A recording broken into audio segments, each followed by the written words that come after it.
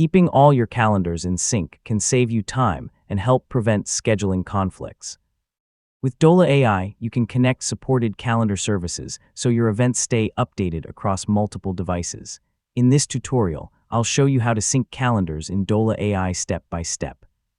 So let's get started. Start by opening Dola AI on your computer or mobile device and signing in to your account.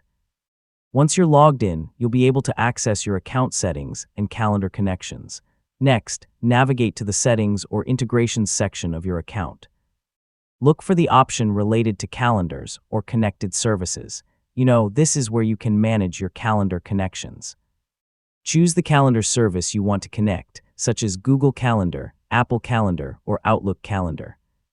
Follow the authorization process and grant the requested permissions so Dola AI can securely access your calendar. After connecting your calendar, review the available synchronization options. Depending on the supported features, you may be able to choose which calendar to use by default or decide how new events are synchronized.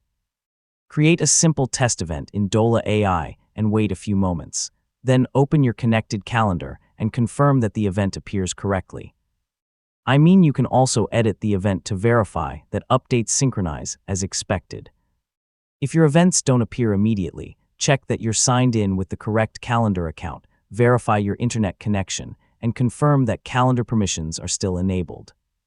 Refreshing the app or reconnecting the calendar may also help. Whenever you create, edit, or delete events in Dola AI, periodically check your connected calendar to confirm everything stays synchronized. This helps keep your schedule accurate across all your devices, and that's how to sync calendars in Dola AI. Once your calendars are connected, managing your schedule becomes much easier because your events stay updated across your favorite calendar services. If this tutorial helped you, don't forget to like the video, subscribe for more practical guides, and thanks for watching. I'll see you in the next one.